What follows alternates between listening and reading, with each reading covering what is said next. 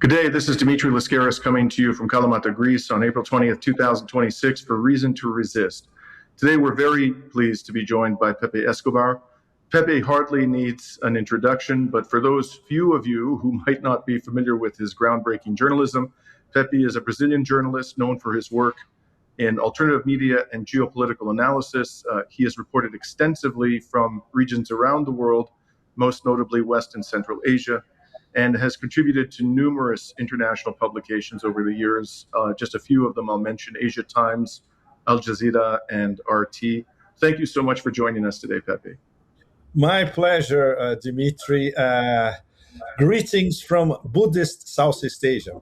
Peaceful latitude. I hope they're still finding the capacity to meditate in these troubled times. Yes, we badly need it, right?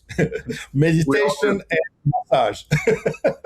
Especially here in Greece. So, Pepe, I'd like to begin by just reminding people to like and share this video if they find it to be informative. Please join our subscription base if you haven't already done so. Help us to expand the reach of our resistance journalism. So with that, Pepe, after U.S. naval forces attacked an Iranian cargo ship in international waters yesterday, by all appearances, the so-called ceasefire is hanging by a thread. And first off, I'd like your impressions, your assessment of why you think the Trump regime took the highly provocative step at this critical moment of attacking a civilian Iranian vessel in international waters during a ceasefire. Wow. Because essentially they have no strategy. The whole strategy after this thing went completely sour in the first 24 to 48 hours after the decapitation strike against Ayatollah Khamenei and the leadership. Everything is inside the head of a psychopath, sociopath, rattled with acute dementia already, and with his sidekick as a tattooed, drunken former platoon commander in Iraq. How can you have a strategy when you are facing probably I would say the geopolitical crossroads of the 21st century in front of us, everywhere? This is the crux of the war between the declining empire and Eurasia as a whole. So they never had a strategy to start with. Their tactics are appalling, as everyone can see, even Americans, in fact. And now, when we are theoretically in the middle of the road towards Islamabad 2, Islamabad 1 was not a total disaster because there's that little window open, and the Pakistanis, of course, they are doing their best to keep it open towards Islamabad 2. So when we are on the brink of a possible Islamabad 2, by the way, it would be today, but obviously there's no Iranian delegation in Islamabad. They come up with an attack against a civilian Iranian tanker coming from a Chinese port. We don't know what's inside, but it may be something. They focused their lasers on the Tuska because they are almost absolutely sure that in the cargo they're going to find a sodium perchlorate, which is an essential component, solid fuel for Iranian ballistic missiles. That's the Tuska riddle. Let's put it this way. But why do it now? Breaking the ceasefire because, as you mentioned correctly, this is an act of war in international waters. What do they expect to gain out of it? So obviously there's no strategy. Obviously there's nobody, National Security Council, retired Pentagon generals, whatever, saying, look, let's wait. There is the end of the ceasefire and there is Islamabad 2. Maybe Vance and Kalibaf can come to some sort of agreement. No, it's out of the blue. It's so, it baffles us because it's so childish in geopolitical terms. These people are not even amateurs. Yeah. They're typical pigeons kicking the chessboard completely. You know.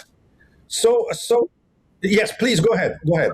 I just want to add one thing, and please feel free to disagree with me, although I suspect you'll be in agreement.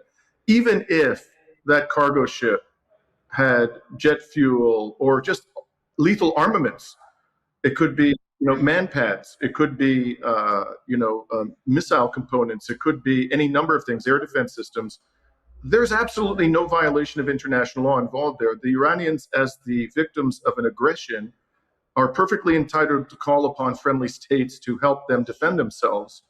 And so that would not even provide a justification for an attack on the vessel if, in fact, they found, armaments or jet fuel, rocket fuel, whatever it may be. I assume you share that view, Pepe. Is that fair? No, yeah, of course, I agree with you. And of course, these, for instance, what Russia is sending to, we don't have nobody has these details. This is Ministry of Defense kind of secret information.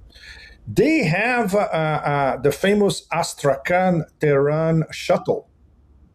It's aerial, never on surface. No way. And what the Chinese sent to the Iranians, same thing. These are cargo planes coming from China. It's a completely different story. They will never risk sending it through the Indian Ocean. No way. Right. So there's no this an extra no justification for something that from the start is an act of war, right? Correct. So let's switch to the Red Sea for a moment. Iran's government has threatened to call on its Yemeni ally Ansar Allah to close the Bab el Mandeb Strait, which connects the Red Sea to the Gulf of Aden. And the Bab el Mandeb Strait is certainly one of the most important choke points in international maritime commerce. You were in Yemen about 1 year ago, I understand, and you reported extensively on the ground there. I think you may also have had the opportunity to speak to Yemeni government officials. What was your assessment at the time about the situation on the ground, the capacity of Ansar Allah after the horrendous attacks it had to sustain from the Israelis and the Americans to contribute to a closure of the strait? And do you think that we are about to see the entry of Ansar Allah into this conflict? They've been, as you noted before we started today, rather quiet during the past 6 weeks. What's your assessment of where they're likely to go? They are in a wait and see mode at the moment. It's fascinating how quiet they are. We don't see their spokesman going up. By the way, this guy is a pop idol all across the global south. We met him. Can you believe that he visited us in our hotel in Sana last year? He spent 45 minutes with us, and we were desperate. We were, why you're here? The Americans may know that you're here. And the guy was unflappable, cool as a cucumber, very well prepared. In fact, the whole Ansar Allah leadership, we met many of them in Sana, and then they took us to Sada. Why? Because they wanted to show us the birthplace of Ansar Allah. In the mountains of Sada, it's about 120, 140 kilometers from the Yemeni-Saudi border. So when you see the geology of Sada, you understand. It's a valley surrounded by mountains. It's perfect for guerrilla warfare. That's where they learn how to do their Yemeni version of Vietnamese guerrilla warfare. Very well educated people, very well prepared. They explained, for instance, the tradition in engineering, mathematics, and physics since the time of Mao. Can you believe it? That this is something that I didn't know at the time. They took us to there is a Chinese obelisk on the hills overlooking Sana. And do you know what this obelisk is commemorating? Chinese workers during the Mao era that were sent to Yemen to do public works. Right. Very few people in the West know about this. You only know something about this when you go there. So this very close link between Yemen and China dates from the late 50s, 60s already. Same thing with Russia. So they told us, look, for instance, I went to the university in Sada. It's a first class university, by the way, bombed by the Saudis years ago. Then they rebuilt it. So there is a long tradition of top level math and science for decades. And of course, with help from the Soviet Union and from China. So that explains why the great deal of their industrial military complex is developed by themselves. Of course, they had help from Iran. There's no question about that. But for instance, they've developed their own missiles, their own ballistic missiles. So, and they everything when you have a conversation with them is fascinating because it's not only about military matters or geopolitics. There's always a very strong moral, ethic, spiritual component. For instance, they frame their uh, defense of Gaza in a very, very complex, multi-level way, and especially they are morally obliged to defend our brothers, the way they frame it. So it's very sophisticated, and but it's no wonder. Now they are the Quran. Prophet Muhammad. I think there are more than 40 mentions of Yemenis in the Quran. They practice original Islam, the real pure 7th century Islam, not the Wahhabis in Saudi Arabia. And there's no wonder why the Wahhabis hate them. They have no bloody culture. Yemen is a very powerful ancient culture. These are the navigators who brought Islam to here, to Southeast Asia.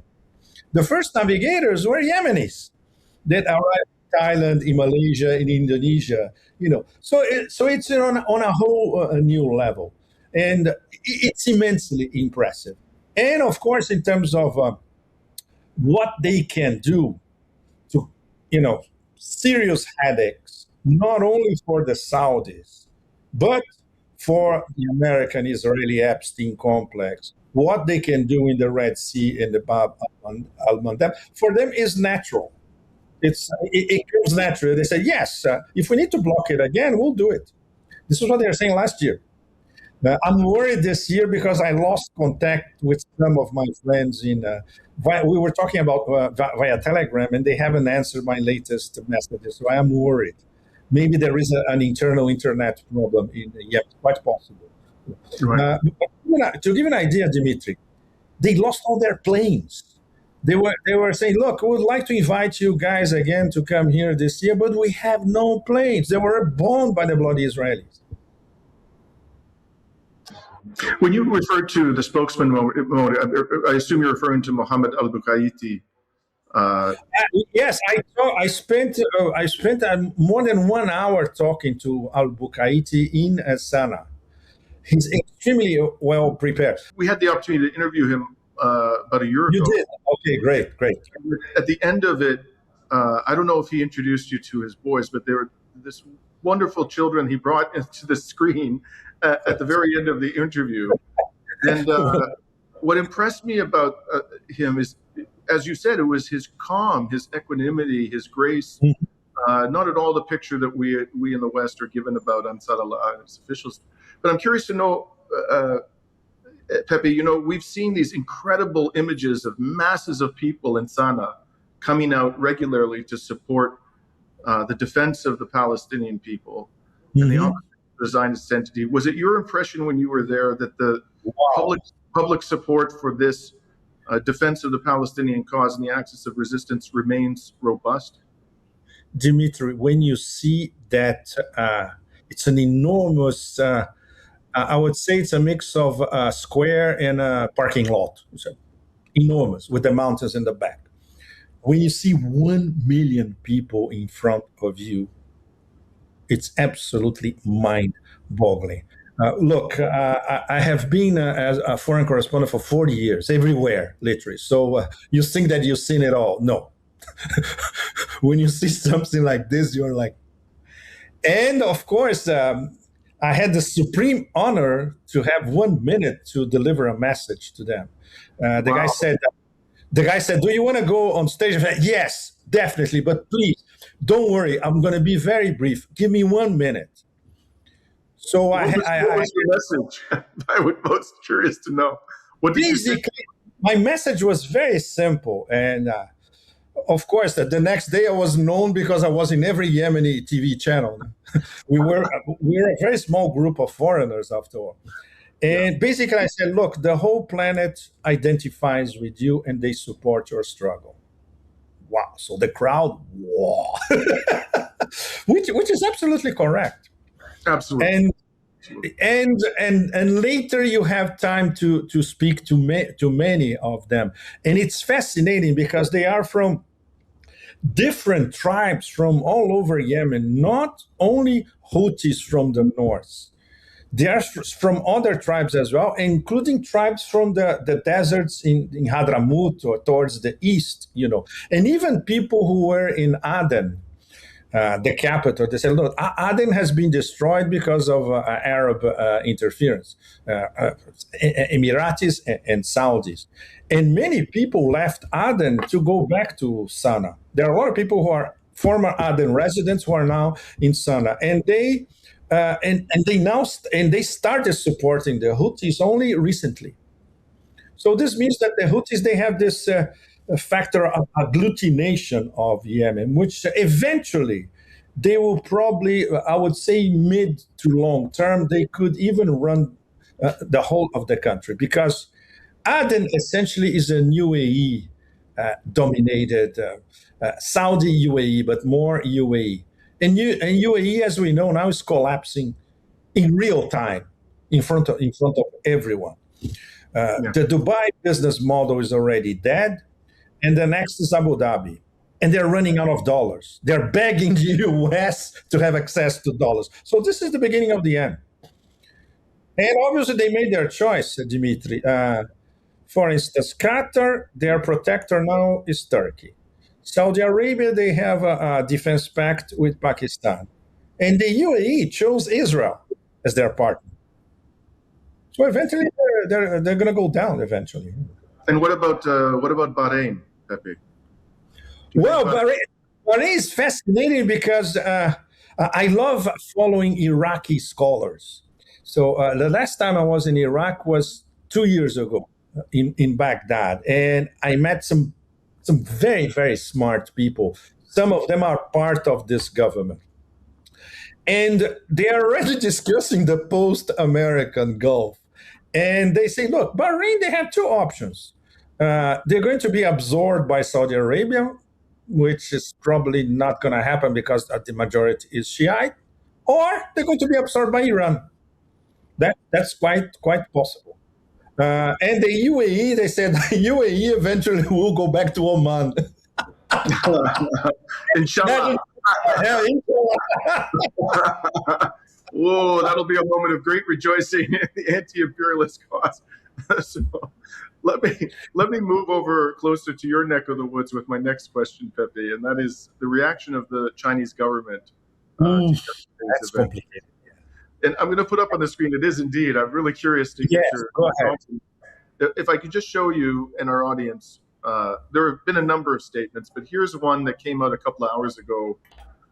This is I picked this up from the Irish Times, but apparently it's based on a report from Reuters that Yes, President he called Saudi Arabia's crown prince, which is an interesting decision, and yes, he expressed concern over renewed instability around the strategic waterway. China, the report says, is the main buyer of Iranian crude. Of course, we know that. And China advocates an immediate and comprehensive ceasefire and insists on resolving conflicts in the Middle East through political and diplomatic channels. This is coming from the state news agency Xinhua, citing President Xi. And finally, he's reported President Xi to have told the Saudi leader the Strait of Hormuz should remain open to normal passage, as this serves the common interests of regional countries and the international community. So this is extraordinarily neutral, yes. ambiguous. It certainly doesn't sound like any kind of a warning to the United States. What do you make of the statements coming out of the Chinese government today? But they are the masters of understatement, as we all know, and they are never blunt, especially, I'm talking basically about the Ministry of Foreign Affairs, but especially sea. Every sea world is calculated to oblivion. And he always needs to project this image of impartiality, of being neutral. Of course, in the case of China in the Persian Gulf, they have very good relations with Iran, but also with the Persian Gulf monarchies. After all, especially Saudi Arabia, they buy most of their oil in the Persian Gulf from Saudi Arabia. By the way, most of it paid in yuan. But it's never advertised that it's paid in yuan. Otherwise, the Americans will go completely nuts. It's very discreet. But mostly the balance nowadays is more yuan than petrodollars. And sooner or later, they're going to pick up the phone to Riyadh and say, from now on, it's only petrodollars. With Iran is already petro yuan for a long time, which is one of the reasons of this blockade, which is a stupid blockade because China has so many sources apart from everything that goes through the Strait of Hormuz. They have Russia, two pipelines, oil and gas. They have Kazakhstan, oil pipeline. They have Turkmenistan, gas pipeline. They have Myanmar, gas pipeline. Not to mention inside, they are 80, 84 to 86% self-sufficient already. It's something that you see in when you go to Xinjiang. When I was in Xinjiang last year, my first shock, because I had not been to Western China for 10 years or so. When you come back after 10 years, it's like, wow, it's totally electrified. And you see forests of uh, wind turbines, solar panels, solar farms with that those poles where reflecting the sun, hundreds of kilometers around. Xinjiang has so much energy that they sell energy to the rest of China. So it's not that China is dependent on the Strait of Hormuz. This is, let's say, 13% of what they import in oil and gas. It's not too much. And the Russians already said, in fact, Lavrov said that, I think, 2 days ago, max. He said, look, you need more gas, no problem. The power of Siberia 2 is not ready. It's going to be ready next year. But the power of Siberia 1 is almost full capacity, but they can start using the spare capacity as well. And China will get more gas from, in fact, the number one provider of gas to China now is already Russia. So they are not worried. Not to mention they have reserves for months on end. So it's not complicated at all. But the Chinese in public, and this is, for instance, I spend a lot of time going through some Chinese channels that are not directly linked to the pyramid of information. Xinhua, China Daily, all that. My friends at Guansha in Shanghai, they are semi-independent. But you try to see some of their best academics. They never enter directly into these analysis. Of course, there's a limit to what you may say. Still, even in completely non-official press. So it's complicated, but I'm going there in 3 weeks. That will be my best shot to have from themselves. How do they actually analyze the war in broader terms? Far away, it's impossible to know, Dimitri. It's very complicated because there is this element of never interrupt your enemy when he's committing serial mistakes, which is the case. So they prefer to be quiet. They're just watching.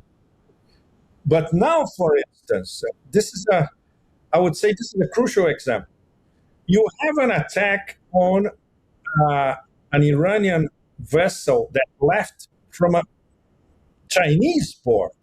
Gaolan port is in Zhuhai, in southern China, going to Iran. So this is an attack on China as well. So how they're going to react to that specifically, as much as they don't want a direct confrontation. And we should never forget, 3 weeks before Trump goes to Beijing, the the meeting is still scheduled for May 14th. Nobody knows if this meeting is going to happen. My sort of bigger, maybe it's sort of primitive assessment of the situation for China is that if the Iranian government were to fall and were to be replaced, either Iran were to descend into chaos or the government were to be replaced by some regime that is entirely subservient to Washington. Effectively, the United States would have a stranglehold over this incredibly important region, one which American military planners after World War II described as a stupendous source of strategic power, the Mhm. greatest imperial prize in human history, for obvious reasons. It's not just the resources, it's also the, the geostrategic location, the trade routes, and so forth. And the United States were to obtain unchallenged control over this region, would undoubtedly use that power to weaken China to the maximum possible degree. And I imagine that the Chinese must be keenly aware of this. And so I would assume, I could be wrong, that they think they have powerful reasons to assist Iran and to ensure that it doesn't fall. Do you think that that's likely to be their calculus? Of course, it is, Dimitri, and it's this is very clear for Moscow and Beijing, for the leadership. Iran must not fall, whatever it takes.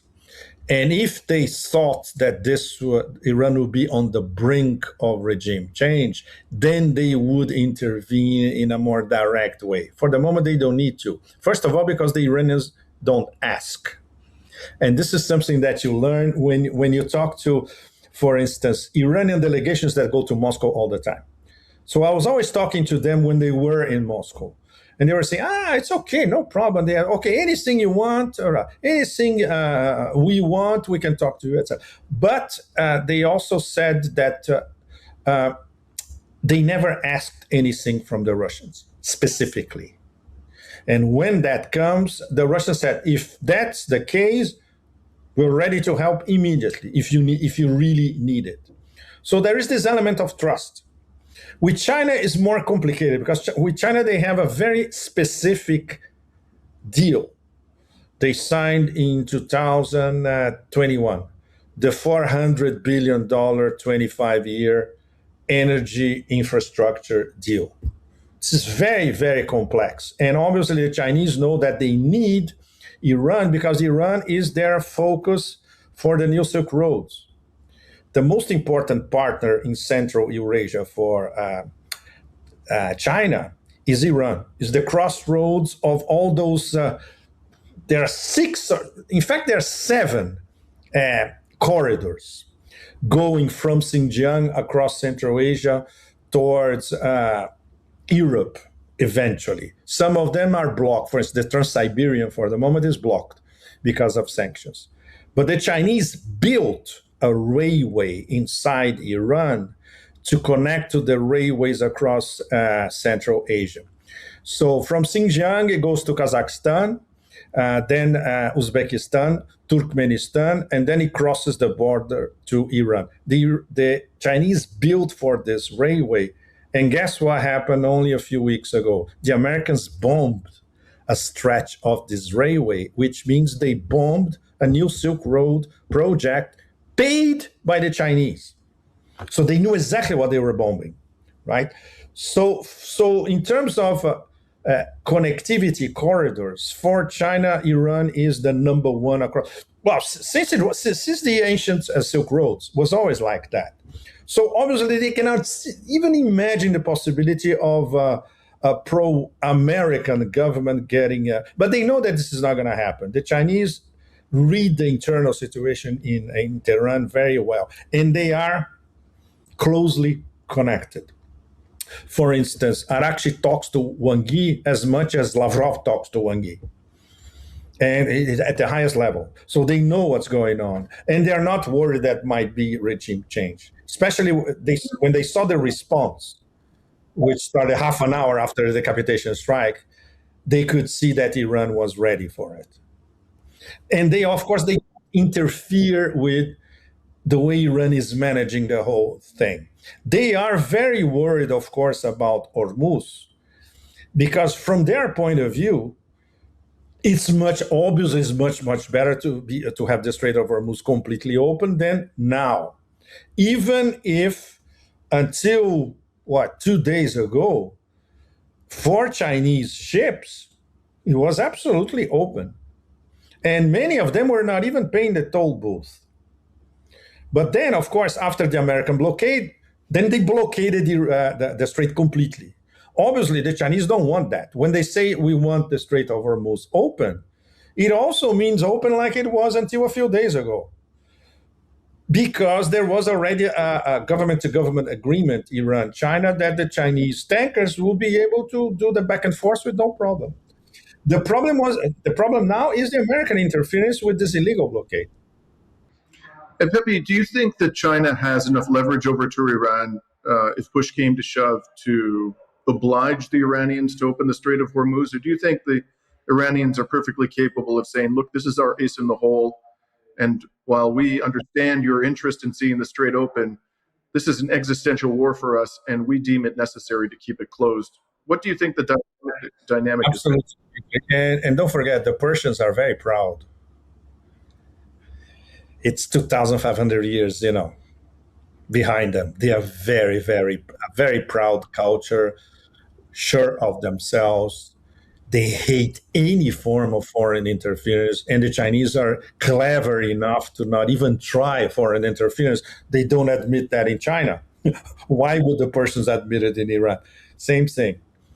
Of course, at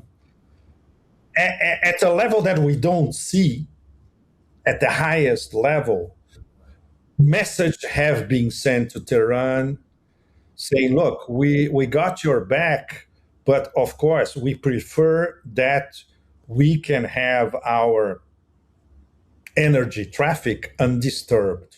We understand that for the moment it's a little bit complicated, but the Chinese, of course, are always they're always looking ahead, and because the relationship at the highest level is so strong, they know that even if there's going to be a new juridical status for the Strait of Hormuz. Everybody knows that. It has already been approved by Iranian parliament. They start to discuss with Oman already. So on both territorial waters, there's going to be a toll booth, inevitably. That's fine with China. Absolutely fine with them. Because they know that the thing will be tankers from the so-called hostile nations. Or, for instance, tankers from the UAE. UAE refuses to pay the toll booths, but they're going to have to. Otherwise, that's it. Otherwise, they're dead. They simply won't be able to export anymore, period. We all got to pay the piper sometime. That's what I would. Just kidding. Yeah, exactly. So let's, to conclude our discussion, I'd like to shift things, but kind of taking you all over the world. Pepe, I'd like to come back to the Eastern Mediterranean, where I'm currently situated. And if you just bear with me, I want to take a few minutes to kind of set the table for my question. No, go ahead. Yes. My question is going to relate to tensions between Israel and Turkey, and in particular how Greece and Cyprus play into this, because they've clearly aligned themselves with Israel, both economically and militarily. And I'm just going to show one example of this. This is a report from Al Jazeera in February of this year. And in that report, the Greek government, officials from the Greek government told Al Jazeera that Greece is interested in jointly developing weapons with Israel. The chairman of the Greek Parliament's Defense Affairs Committee told Al Jazeera, his name is Angelos Sidigos, we are an excellent customer of Israeli systems. The leap in our defense relationship will happen when there's co-production of defense systems and common planning. There's also strong evidence that Greece is helping Israel and the United States to wage war on Iran. I was recently at the Suda military base the US/NATO/Greek military base in the north of Crete, and from the Chania airport, which is a joint military civilian project, as we noted, as I reported on Reason to Resist about a week ago, there was a lot of military transport traffic going through that airport. And recently, within the last days, someone compiled a graph from flight radar, and you'll see here huge number of U.S. military transport planes, according to Flight Radar 24, going from Northern Europe, Britain, down to West Asia. They're going through Greek airspace, and if you pay careful attention, you'll see that a lot of them are stopping in Crete, where presumably they're refueling or they're loading. That's down in the Eastern Mediterranean, obviously. So this is just one piece of evidence about the role that Greece is playing. Greece has also, this is a matter of public record, allowed the Israeli Air Force to use Greek airspace to practice bombing runs on Iran. That was a couple of years ago. And then on top of that, we have statements like this coming from Naftali Bennett. Is emerging. I want to be very clear. Turkey and Qatar have gained influence in Syria, are seeking influence elsewhere and everywhere throughout the region. And from here, I warn, Turkey is the new Iran.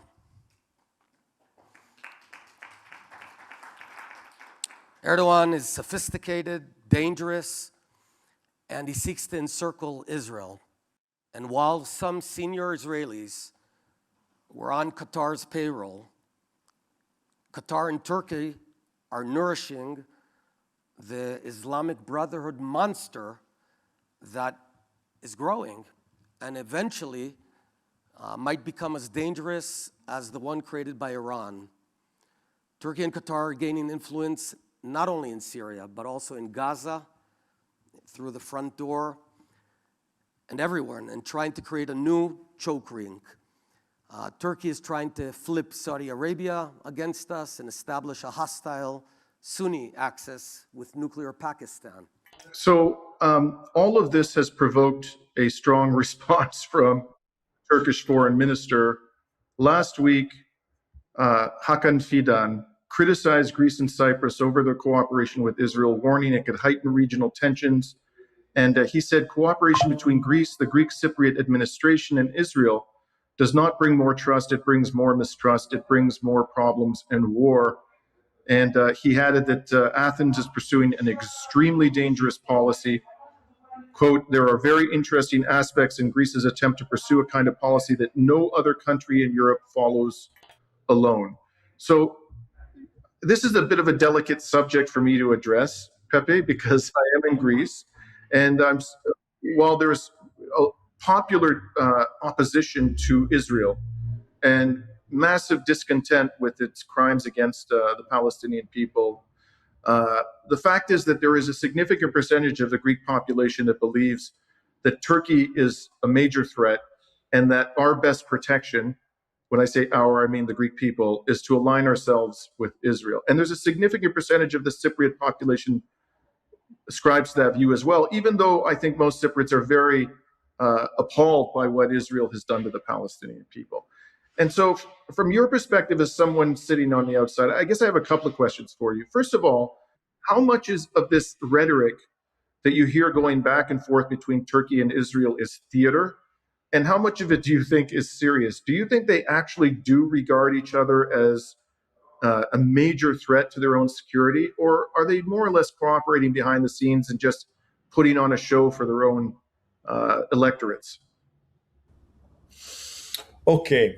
After I say something, I'd like to ask you directly, how do you see Greece profiting from this alliance with Israel? Is it parallel to the Modi-Israeli alliance? Like Modi expects to get military technology, surveillance technology, etc. This was Greece is aiming at. But okay, from the position, from the point of view of a nomad outsider, we all know that there's only one Zionist project, which is to pit everybody against everybody else.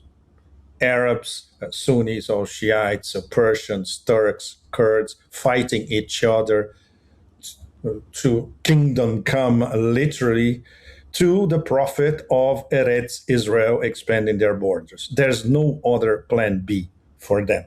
So obviously they need to create or recreate or invent enemies nonstop. So they're already thinking about the next enemy. And apparently it's already designated. It's Turkey. Okay, considering that how monolithic and monochromatic their strategic thinking is, that's not anything that we should be. The problem is, are they throwing Greece into this mix without even asking the people who actually run Greece? It's if this is for Greek interests. I think this is the key question, and that's my question to you.